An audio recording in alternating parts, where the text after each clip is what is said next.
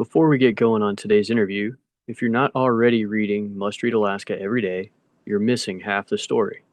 Must Read Alaska is where Alaskans go to find out what's actually happening in this state. The politics, the policy, the people, without the spin you get from the legacy press. Just straight talk Alaska first. You can support Must Read Alaska with a subscription. Use the code ENERGY at checkout and you'll take 10% off all our annual plans. That's ENERGY Energy. Go to mustreadalaska.com. Hit subscribe on your podcast app and keep Alaska's most trusted independent news source running.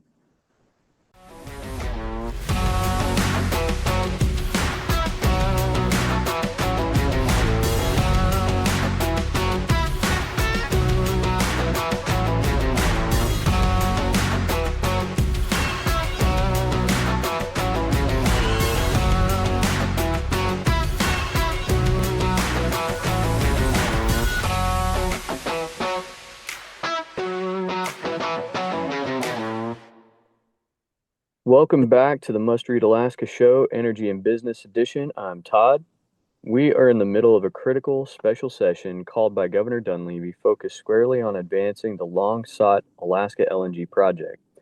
At the center of the debate is House Bill 381, legislation that would fundamentally change how we tax natural gas pipeline and related infrastructure, shifting from traditional property taxes to an alternative volumetric tax on gas throughput while giving municipalities new flexibility.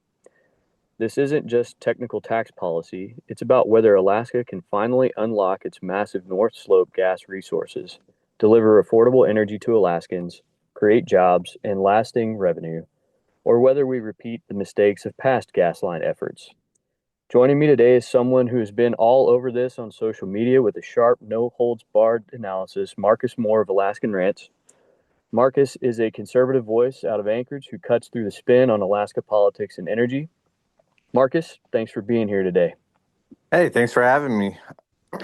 So, Marcus, we've got a lot to talk about today, and we'll do our best to kind of cover the ground that we can here because there's just so much history, there's so much information, and I think you're the right guy to talk to because you really have been in and out of the session. A lot of the stuff that you're posting online gives people a pretty succinct answer of what's going on and why these things are important. But, let's set the stage for the listeners who haven't been following as closely as you are. Why did we end up in this special session, and what exactly is House Bill 381 trying to do at its core? So I guess this is just a prime example of kicking the can down the road, right? This is we had an entire session to get this bill organized and thought through and passed through committees, and we to me we sort of just kicked it down the road, and now we're forced into this corner where it's they come at us with this gas crisis. We're going to freeze to death if we don't get this gas line built. Energy costs are going to go up if we don't get this gas line built.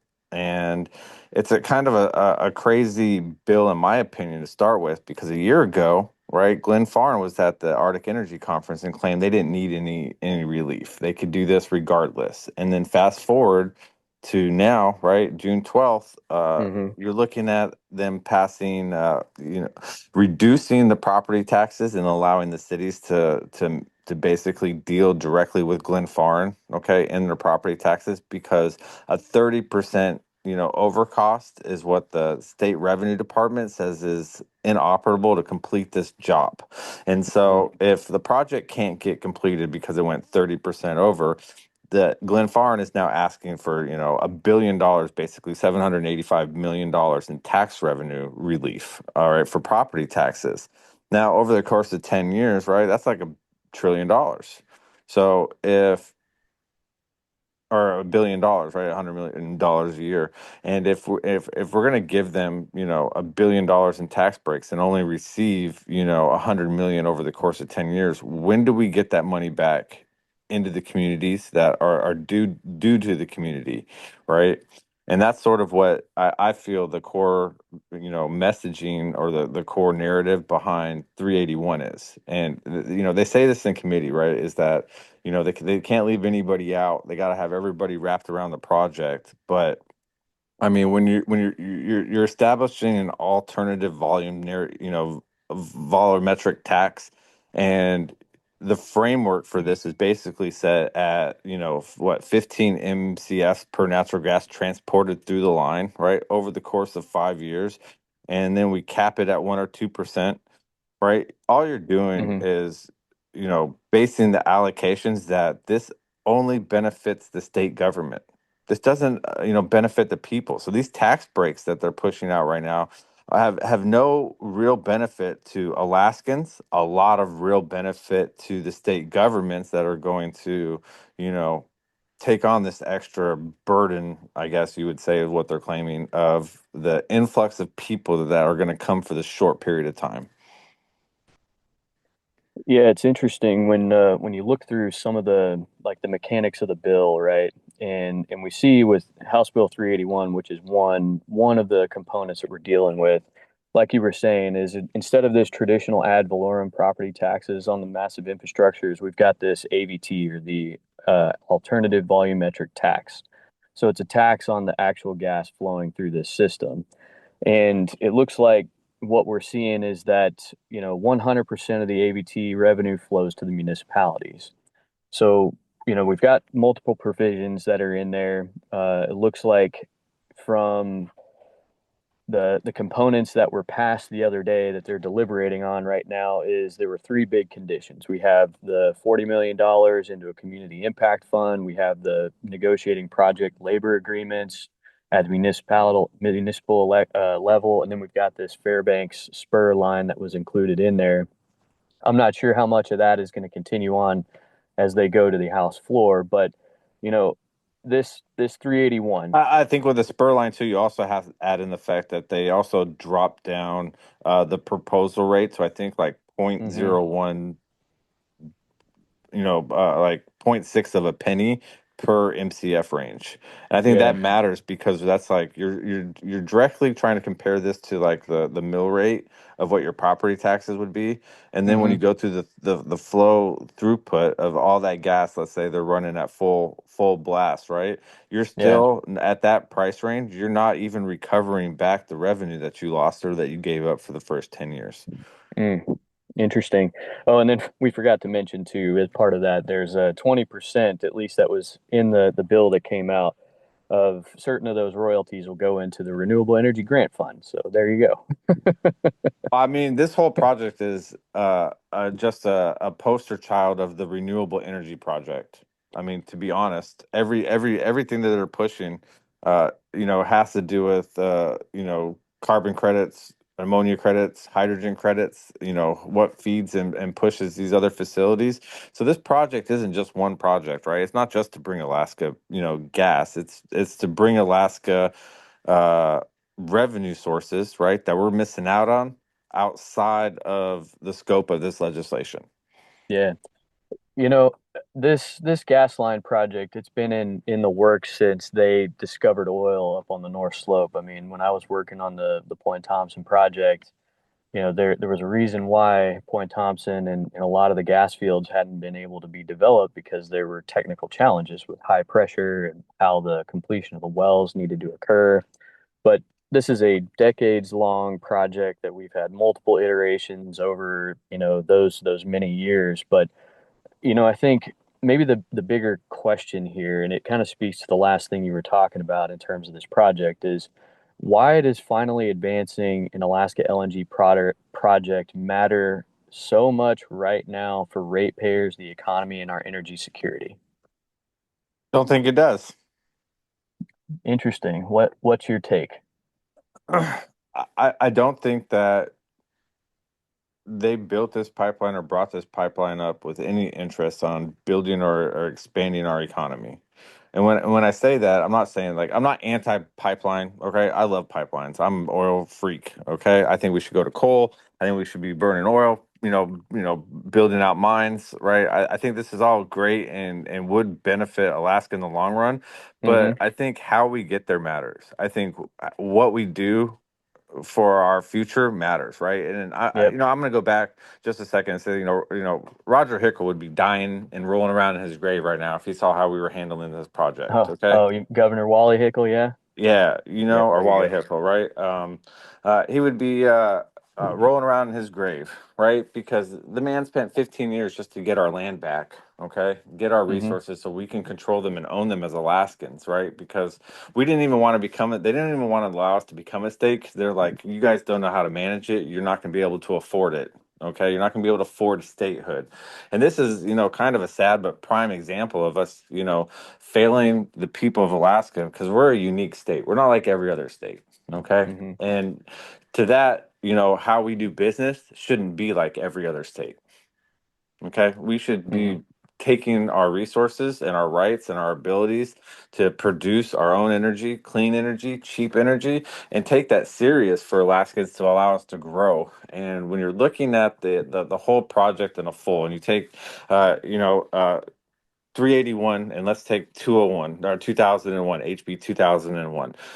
That's a little wider range building, but it basically sets the structure up great because they basically are saying that the debate theme between both of these bills is that it's going to promote economic transformation, right? We're going to get these jobs. It's going to lower the energy costs, right? Mm-hmm. And this is where everybody's like, oh, well, you're wrong. Well, I think that they're wrong by not giving out the full information. So when they're talking about these bills and we're looking at, all right, well, how does this benefit Alaska in the long run? Okay. And you see all these deals coming out with the unions and the Mm-hmm. different pipelines and the different companies that are getting jobs. Well, let's take the unions, right? 12 unions said that they got memorandum contract agreements that they're going to have work for 12,500 people. Well, these unions altogether, they employ 58,000 people. So is the Mm-hmm. project really bringing in more people, right? If that's the case for Alaska and they're claiming under Glenn Farn that they need 80,000 jobs, then why didn't Yeah. the unions suck up all 59,000 jobs for the unions, right? Well, we have other Mm-hmm. projects going out in Alaska. I understand that.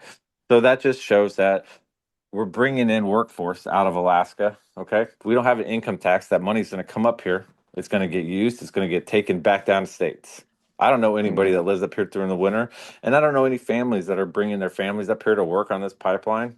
Then I do know people that are planning on it, right? But they're not going to bring their families up because of the education system. So it's like we're focusing on how can we save municipalities money, right, for the cost Mm-hmm. that they're going to endure for allowing these people to use their land. But again, we're not getting the fair shake because we're only talking about the volumetric of the LNG gas. That's one of three components of this entire process that Yeah. makes no money, right? Fulton, he's Glenn Carney's advisor that the state paid for his advisement for this project. All You're right. talking Nick Fulford with Gaffney Klein. That's who you're talking about. Yeah, he was Yeah, yeah. literally in a committee meeting. And this is why it's so important to watch these committee meetings because it's not the news announcements that they release this in. It's nobody covers the little segments where he came out and said the LNG gas for Glenfarne is a byproduct gas. It's not even the number one revenue source in the gas, that the gas has no value to them. Why would you come out and say that in a committee meeting publicly on the record? Yeah, I know there's been other comparisons of plants around the world. I think Mr. Fulford had made reference to the plant over in Qatar. I know one of the plants here in the United States with Cato, not Qatar, Cato. well, we'll give him some credit for being British or wherever his accent came from. But yeah, Qatar, they've got a pretty massive operation where they're able to extract helium in order to add profitability associated with their particular LNG project.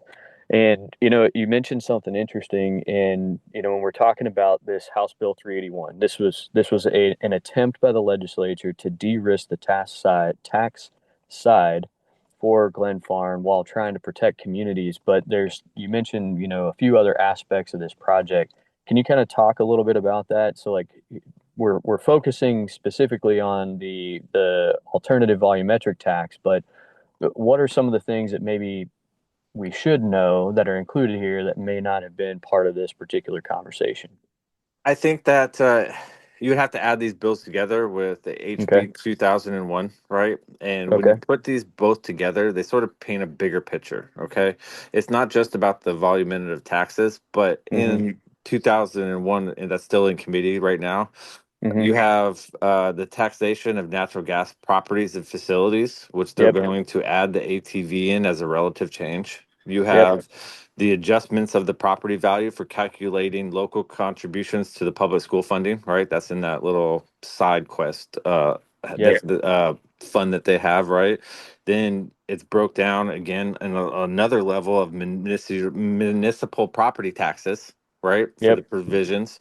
And then they want to make these are some of the key changes I think no one's really talking about is that they Yep. want to make changes to AGDC, which is the Alaska Gasline Development Corporation. They want to Yep. change the entire government governance, the structures, the rules, the ability for them to make deals with non-disclosure compete forms, right?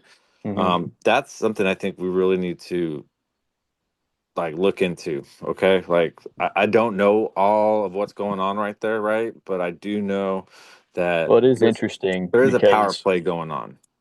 well, and it's interesting with that you talk about AGDC because I mean we had legislation several years ago that created AGDC and as a public corporation so they can act and do all these things. So like a lot of the concerns that you've raised online and through many of your columns about confidentiality and disclosure, well, they're protected by that through the public corporation, and so it just makes a very interesting Oh, they even went farther conversation. than that. You know, they gave the ability to ADDC back in that contract to be able to produce their own holding companies, right? Hmm. And produce another, which ACDC created 8 Star.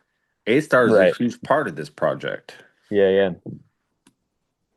Yeah, I mean that's the mechanism by which they're able to get investors to sign on. I mean that's where the union has now joined on with 8 Star. I don't remember if N Star is a part of that or if they just have a No, Enstar just letter of got a intent. contract with them for Yeah. gas. That doesn't get finalized until it goes to the RCA.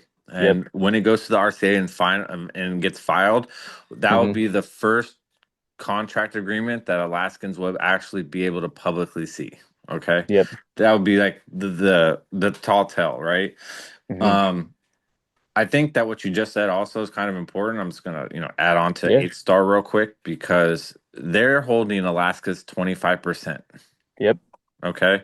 And when I read the contract, I come to the conclusion that 8 Star is also using that 25% to fund FID.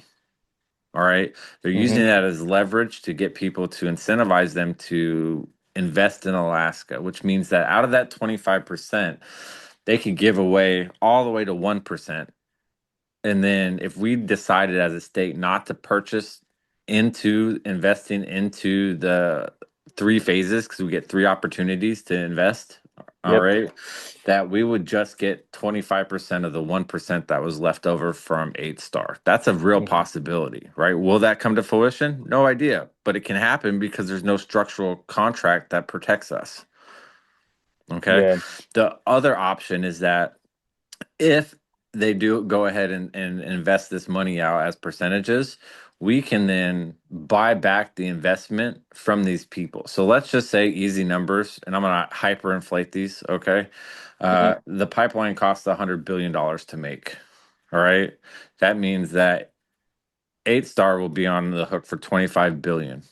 Hmm. That means that if Alaska during all 3 phases wants 25% of that royalty rates that we're going after, we would have to put down $25 billion of that FID paid 60 days after FID is uh, finalized Hmm.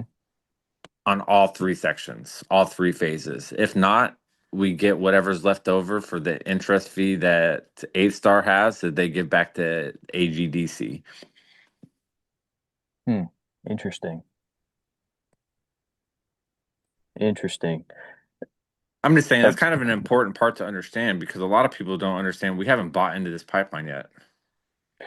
Yeah, I mean, all the moving parts that have gone into this. I mean, and we started off talking about the alternative volumetric tax and how it was going to move the needle on, getting this project moving forward. But then one of the things that we haven't talked about is what does this actually do to the cost of gas? Because one of the big questions and just statements that have been out there, because they're probably one in the same vein is we're going to get cheap gas, but what is the cost of gas? So all of these hearings that you've been following up to the point now that we're in the special session, can you give us kind of a range or maybe walk us Ooh, man, through? see now we're getting into the complicated, right? This Well, is this is I think. where this is where it gets really tricky, okay? Because when you're Hmm. asking about the price of gas, all you Yep. hear is about the price of gas that the energy producers are getting, right? And Star Chugach Electric MEA, okay? Let's just Yep. take the rail bail because honestly, it's only 500,000 people that this affects if we get this wrong.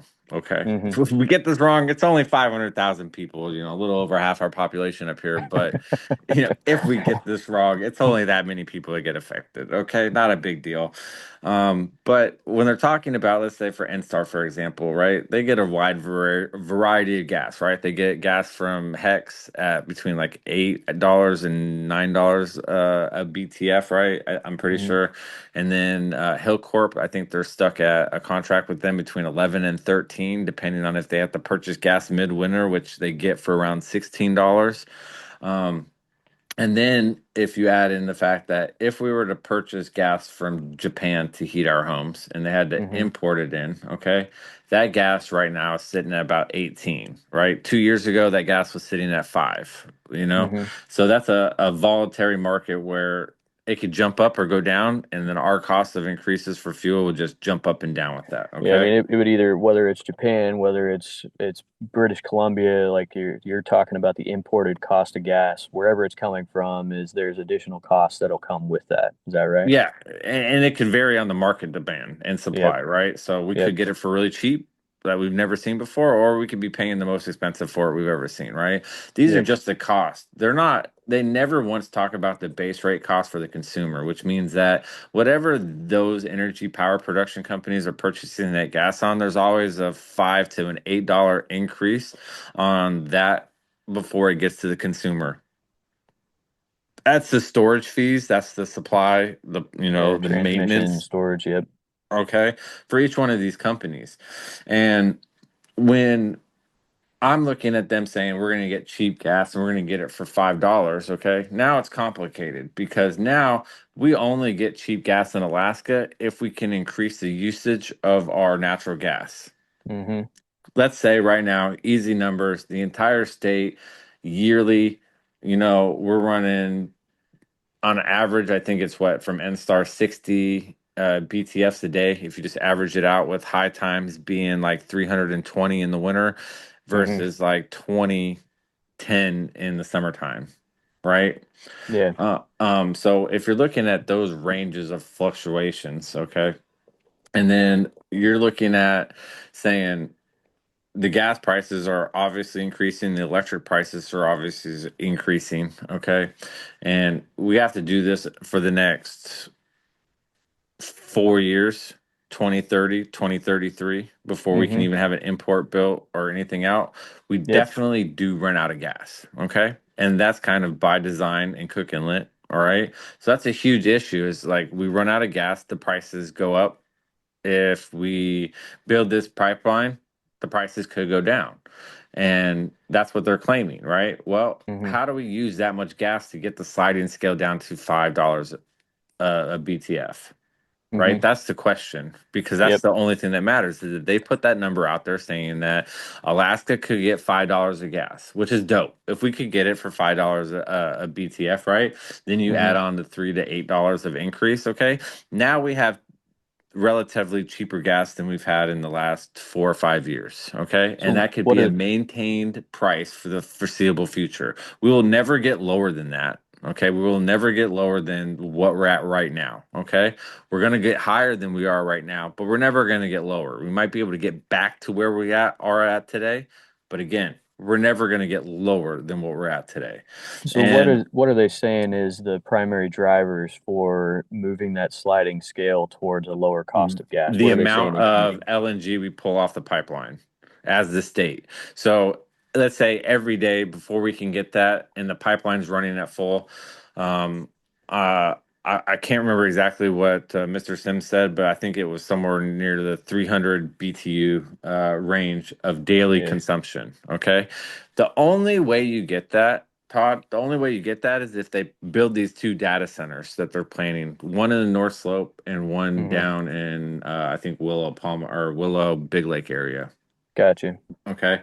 So these are the only two ways that you can actually increase the gas flow is when you build a power station that pulls out natural gas and then feeds a data center. Now they're using that as a marker saying that that's where we're going to spend our gas. And once those data centers are online and consuming that gas, then we'll have no problem heating our minimum threshold to get that $5 gas range. But that's only if these other projects come online. If we don't get these other projects online, then we're continuously going to pay a capped out rate at $16 because we're never going to hit the sliding rail. Coming to Anchorage, it's the Beatles versus the Stones. Get ready for a musical showdown, a British invasion. You'll finally answer the greatest debate in rock history. Who's better, the Beatles or the Rolling Stones? Two of the country's best tribute bands put on the greatest concert that never was, right here in Discovery Theatre. Tickets on sale now at santatix.com. Presented by Alaska Airlines, and proceeds benefit the Alliance Alaska Region Baseball. Get your tickets now, santatix.com.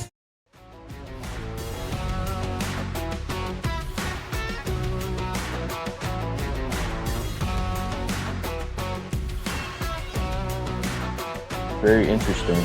And those are the sliding rails, like that was included in the 381, House Bill 381 for the alternative volumetric tax.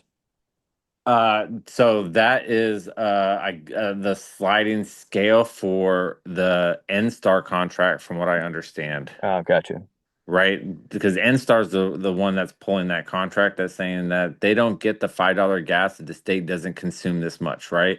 So Mm-hmm. I'm suspecting the same thing is going to happen with the spur line to Fairbanks, Mm-hmm. right? I think the same thing is going to happen when you look at what they're going to bring down in Nikiski Mm-hmm. with the LNG gas. I think that you're just going to see a continued stable price at 16 because they can't raise it. Mm-hmm. And unless these data centers get built, then we're never going to get cheaper gas because nothing else up here is going to pull that amount of energy power to allow us to hit that gas power reserve.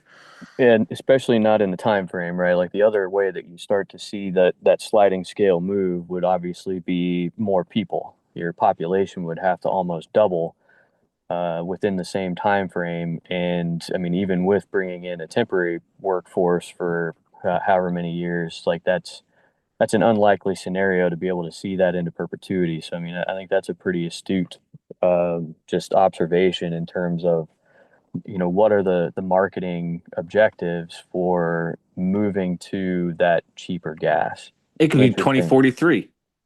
That's true. All So right. let That's 20 years away. Yeah, exactly.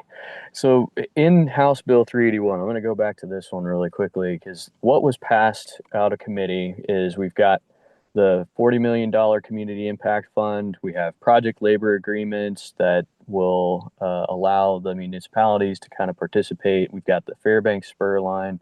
We've got the renewable energy grant fund that we're going to provide royalties through. And then there's this education fund that'll require a constitutional amendment.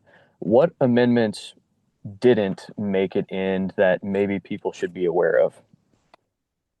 All the energy credits. Everything else in the bills that they passed to me is just theater. They honestly don't affect Alaskans at all. Either way, all these bills, in my opinion, do is create a revenue source for the state or the city Mm-hmm. governments that they're going to claim, honestly, right, to put that money back into the communities for us. Yep. But I think the bigger picture is that the fact that they took out the Q45 and the V45 credits. Can you explain what those are real quick? Like, what's the 45Q? What's the 45V? Why is it important? And how is it tied to the project? So on average, you're looking at the entire project. And this comes back to what Fulton said in the committee meeting last week, where Yep. the LNG for Glenfarne is literally non-profitable gas. Okay, Okay. so if they're telling us that the only reason they need this gas and we need it is because of an energy crisis, and then the company that's building out this project, okay, as a toll bridge, isn't using the gas as a primary source, then you have to ask yourself, where's the revenue at? Yep. Right. And to me, the revenue is in the Nikiski hydrogen program, okay, which is going to be fed by the livestock of the LNG plant. So Yep. the feed fuel for this is going to go into this hydrogen ammonia plant, where if Yep. you look at for the last, 3 or 4 years, Glenn Farn, Governor Dunleavy, ADDC have been making international travels over to Japan, Korea, Philippines, and every one of these countries are under ESG mandates. And so when you look at when this pipeline got started, it was after we passed House Bill 50 and House Bill 49. And Yep. what's important about this is that this set up the price range and the sequestration for carbon and energy credits. Okay. Okay. And the reason why this is really important to understand is because they're going to be taking carbon straight from the LNG that they're producing in the carbon the phase two part of this project, Yep. and they're going to be sequestration, about $700 million worth of credits a year just by cleaning the gas to be able to transport it down the pipeline. seven And hundred that's million dollars a and that's year. associated with the Arctic carbon capture. That's the phase two that you're talking about. Yes, sir. Right. So that's the Interesting. FID where they're able to take that carbon, right, and inject it back into ground. And what they tell people is that they're doing that because it helps boost the PSI in the field, right? It helps in enhanced oil recovery. Well, the majority of the slope doesn't use that anyways. They use seawater. So Well, if and I think on that point too, right, is all the sequestration what House Bill 50 was targeted towards was permanent geological storage. So like there's never been any talk about enhanced oil recovery to improve crude oil production. It's been we're going to stuff it and we're going to put it under the earth and lock the key, right? And so it's interesting that you bring that up. And then why is the 45Q like what is that? So it's an energy credit that was passed during the Biden administration that was given an extended sunset date in the big beautiful bill by President Trump. So this credit would have expired in 2027, Okay. and the big beautiful bill extended it till 2029. So Oh, interesting. logistically, they have to have this pipeline built. They don't even have to have it built. They only have to have all of these projects started at 5% construction. So if they can show that they're over 5% construction started, then as long as they started this before, I think it's May 27th of 2029, they can still get these energy credits. That's the play. If they do not start construction by 2027, 2029, they're not going to be able to get these hydrogen or these carbon credits, which makes Hmm. this entire project obsolete anyways, because you're looking at $700 million from the North Slope in that first brand, okay? And Yep. then you got to take it all the way down to Nikiski in the hydrogen plant that's Hmm. feeding this, that Glenn Farnes partnered with. They're going to be making $1.5 billion off of hydrogen credits. So right there, you're making $2.1 billion just off of the processing of our LNG to get exported. That's not even selling the gas. That's just Yeah, them just every year processing it. yeah, that's very interesting. And then the 45V, that's what's associated with the hydrogen, is that correct? Yeah, so the 45Q credits are carbon credits, and then the 45V are hydrogen ammonia credits. Interesting. And that's Yeah, why we're that making deals with Japan right now. You go look at what Glenn Farren and Japan are studying with the sequestration, hmm because we want to turn Alaska into the carbon dump for the world. We want to be able to take China, Asia's carbon because they're under these Green New Deals, and we want to be able to ship it into Nikiski. So when they're saying import export, right? And you go look at even NSTAR, and you go look at Hillcorp, and you go look at Santos and BP and ConocoPhillips, they've all signed in on this ENG net carbon decarbonization net zero plans, right? And that's why we needed to pass Senate Bill 50, and that's why they've been trying to pass the renewable portfolio project for Alaska, because without a set ESG standard, none of these countries will buy our product.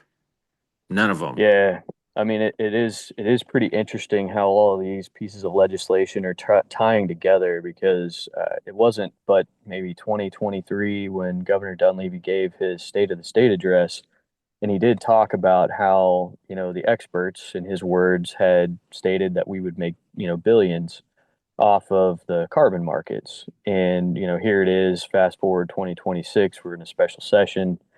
The main discussion that we're seeing here throughout this year has been property taxes, and here we are with the alternative volumetric tax. But how we got to the point of a project that had been marketed as a net zero decarbonized project and what it all is looking at. I mean, so like when you put all this together, like what is it that should Alaska be aware of, and what are some questions that we should be asking of our legislators as we're closing in on this final decision of June 19th? I think that the biggest questions Alaskans should be asking, right, is one, who holds the liability for this? The whole project. Mm-hmm. Okay. If we're taking this whole project at face value, okay, and then you're saying that we're going to take this carbon and we're going to sequestrate it down because of the LLC, all right?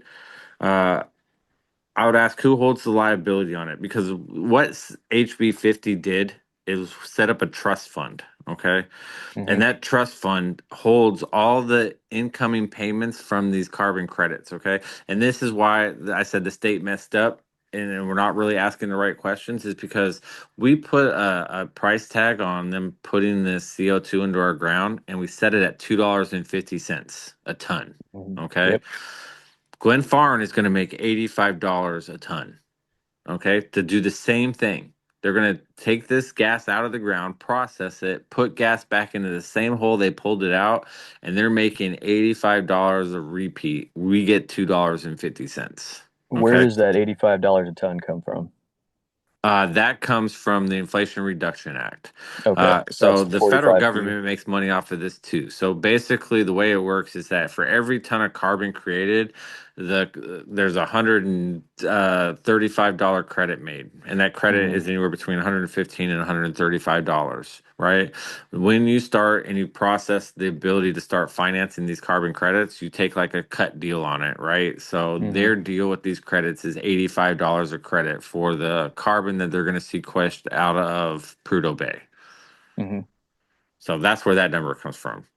That's Gotcha. straight out Okay. of the federal guidelines for the Q45, the V45, the Y45. Everything with a 45 and a letter on it is an energy credit. You have water Yes. credits, you have solar credits, wind credits, Um, the problem with these credits is that's taxpayer money. Mm-hmm. Okay. So these companies are getting incentivized to come up here, not only to take our tax dollars in the tune of $700 million a year in profit, right? But now they're asking to cut the $780 million in taxes that they're going to get. So if we Mm-hmm. cut their taxes down and let them to say, all right, they're going to deal with each individual city. They paid out each individual city 40 million here, 20 million here, 5 million here, right? Let's say it Mm-hmm. stacks up to $200 million, okay? Um, these guys are literally racking in this, and we're giving them a tax break of 1.4 billion. But yet, if we don't give them that tax break, the project can't get built.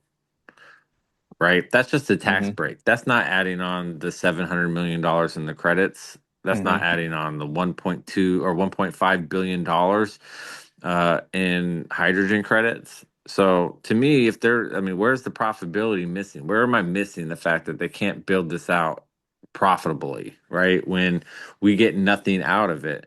So to me, if we were going to get something out of it, we should get free gas. Why not? Let them have the credits. Let them have all That's this a byproduct stuff. Give me the gas cost at lift, right? If it costs you 250 to give it to us, right? Give it at to me. Give it to me with no sliding scale. So if we're only using 80 tons a year on average, which is like, let's say 20 over, so we have extra gas to store for the winter, right? And you want to build this out, give it to us for free, so we're actually paying $5 in total. Yeah, that's a novel concept right there. I'm honestly, if they want to take the money and run with our tax credits, we're already paying them, right? Americans already paid for these tax credits. Why are we paying double? Why are we giving them tax relief? Why are, I did like, where's the benefit to Alaskans versus Yeah, Alaska?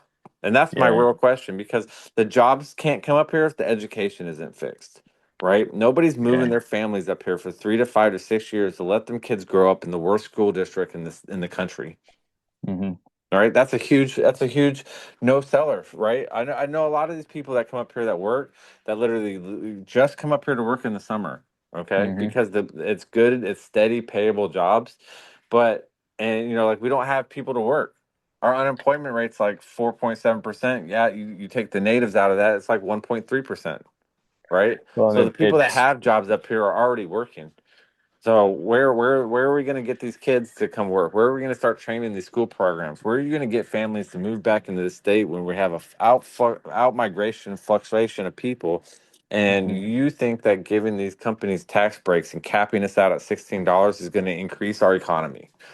Like someone explain that to me. Like I'm a child because I'm not an expert in any of this stuff, right? I'm just a concerned Alaskan, angry about the cost of living in the state, angry about the out migration in the state because we can't create businesses that want to stay up here. And if you Hmm. do get a good business up here, you get taxed out of oblivion, regulated to the point where they don't want to work up here, right? Yeah. That's kind of the reason the Cook Inlet failed, right? To be honest, right? It wasn't the fact that they left, it's the fact that in the 90s that shale companies were like, well, we can go do business in Texas and get paid today, or we can do business in Alaska with these crazy inflation swings of the legislation on any given Tuesday and take years to make our money back, right? No business wants to Yeah. do business in our state because of that. I mean, the Anwar sales are a perfect example of that, right? They talk about we sold 3 or 4 Anwar sales out to companies like Hex, right? I think it Hmm. was some other small energy company, but not a one Data. big oil company bid on that, right? Those have to be signs for Alaskans to know that maybe we need a change, right? Across the board. Legislation, staffers, right? Like maybe we're not getting this right. Maybe we need to go back and look at what real Alaskans did when we founded this state, when we homesteaded this state, when we grew taps and we took those people that wanted to stay in this state because we wanted less government, less oversight, less ability for you to come after our pockets, right? And turned us from a federal work colony into a state, gave us a chance. And now I Yeah. feel like we're just moving ourselves back into a federal work colony with no foresight of growth for our state. And that just makes me sad. Well, and I think this is why this conversation is so important, Marcus. I mean, what you've been doing on social media, the content you've been putting out there with following these sessions, staying engaged, like it, if nothing else, it should give hope to others that say a citizen can have a difference in, building the audience and doing what you're doing.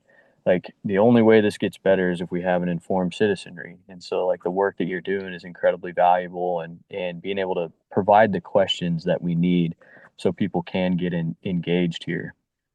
So Yeah, I don't believe Marcus, that you can come up with solutions to fix this problem if people don't understand the problem. So that's to right. me, I just want people to understand this is really complex. All right, there's a lot of different Yeah. puzzle pieces. They didn't just write this in one day. This has been going on for a decade, right? Yep. And that what we Decades. see now is just theater being played out at our expense, right? This Yeah. special session cost us how much money? This is stuff they should have got done. We built and writ our Constitution for Alaska in 75 days. Well, there you go. Okay, 75 days. So I challenge anybody out there that's a legislator pushing this forward to really look at the benefits for Alaska. Because if you think that the jobs are going to come up here and stay and bring families, you're wrong. Prove me wrong. All right, change my mind. Prove me wrong. If you think that we're going to see economic growth and cheap gas in this state, prove me wrong. Change my mind because I don't see the same picture that's being portrayed out in the media or in public forums that I see getting played out in committee meetings in real time. Yeah. Well, Marcus, here before we wrap, are there what should people be watching and how can they stay engaged? Gavel to gavel. Spend some time and watch some reality TV, right? Reality TV that affects your life. Okay, Yeah. that's what I could recommend. Learn to read bills. right? I know they're boring. I know they're complicated. I just started, honestly, like 2, 3 years ago, like diving into these bills, and everything I've learned, I went through the archives. I went through and looked at different committee meetings, transcripts, watched meetings from, the Wayback Machine, 2015, 16, 17, right? Like, just to go back to understand what was said is super important because they never Mhm. lie to us. They just tell us half truths, or they tell us the truth in comedians and people just skip right over it, right? There's a Mhm. lot of truth that's out there that people say are conspiracies, that people say are, misleading, not representing the whole picture. But the whole picture is the fact that the narrative being spun is a lie, that they can't back it up with any real things other than assumptions or assertions or hypotheticals, because that's how they start all their committee meetings off. So if Alaskans aren't informed, our legislators aren't informed, and we don't have all the details, why are we pursuing with bills and policies that affect us for decades, our grandchildren, our great grandchildren, right? These are 30-year contracts that they're putting in play. These Mhm. aren't small contracts. And right now, Alaska has no contracts that are good for us. We're not on the take for the carbon. We're not on take for the hydrogen. We have no long-term first take contracts as the state of just saying, if you want to use our gas, all right, let's do a 50-year contract at $2.50, right? And then you can walk away with whatever money scheme plays that you want to use to make yourself profitable as a private business. Go for it, right? But at which point, give Alaskans the ability to grow out our state, grow out we have a huge manufacturing, we have mining that can be done, right? We Mhm. have roads that can be built, bridges that can build out our economy, but we refuse to do any of that because we're stuck in this mindset that we're helpless, and we're not helpless. We're just silent because we've been so, discouraged to speak out, talk out, ask questions. So that's why I just, encourage people to do. Ask questions. There are no dumb questions. And if someone can't explain it to you like you're a child, then they obviously don't know what they're talking about. Well, and I think to kind of finish on that point too is most of the questions do end up having an answer that's likely buried in some of the documents that we have in the legislative register, and that's where your curiosity really has to jump in there and make sure you understand what's happening. So, everybody, that's Marcus Moore of Alaskan Rants. Thank you for this clear-eyed analysis. Listeners, the special session is still ongoing, so stay tuned to Must Read Alaska for updates on House Bill 381 and the broader energy debate. Marcus, is if anybody wanted to follow your work, where could they find you?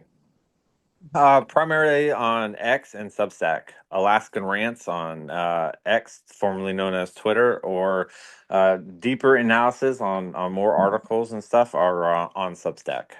Fantastic. And we've picked up a few of those here and there, Marcus. For those of you here at Must Read Alaska, you can go to the website at mustreadalaska.com, subscribe to the newsletter, and you can follow us on social media. This is Todd. Thanks for listening to the Must Read Alaska show, Energy and Business. Stay warm, stay informed, and we'll see you next time.